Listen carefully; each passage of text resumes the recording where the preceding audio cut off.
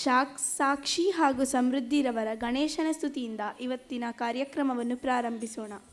ಗಿರಿಜಾನಂದನ ನಿರಂಜನ ಪಾರ್ವತಿ ನಂದನ ಗಜಾನನ ಪಾರ್ವತಿ ನಂದನ ಗಜಾನನ ಗಜಾನನ ಶುಭಾನನ ಗಜಾನನ ಶುಭಾನನ ಪಾಹಿ ಪ್ರಭು ಮಾ ಪಾಹಿ ಪ್ರಸನ್ನ ಪಾಹಿ ಪ್ರಭು ಮಾ ಪಾಹಿ ಪ್ರಸನ್ನ ಗೌರಿ ನಂದನ ಗಜಾನನ ಗೌರಿ ನಂದನ ಗಜಾನನ ಗಿರಿಜಾನಂದನ ನಿರಂಜನ ಷಣ್ಮುಖ ಸೋದರ ಗಜಾನನ ಷಣ್ಮುಖ ಸೋದರ ಗಜಾನನ ಗಜಾನನ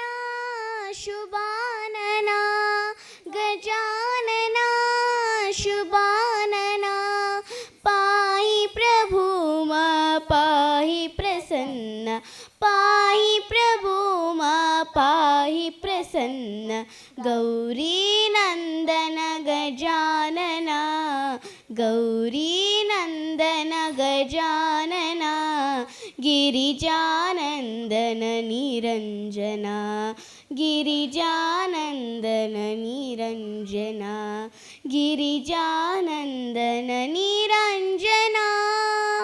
ಥ್ಯಾಂಕ್ ಯು.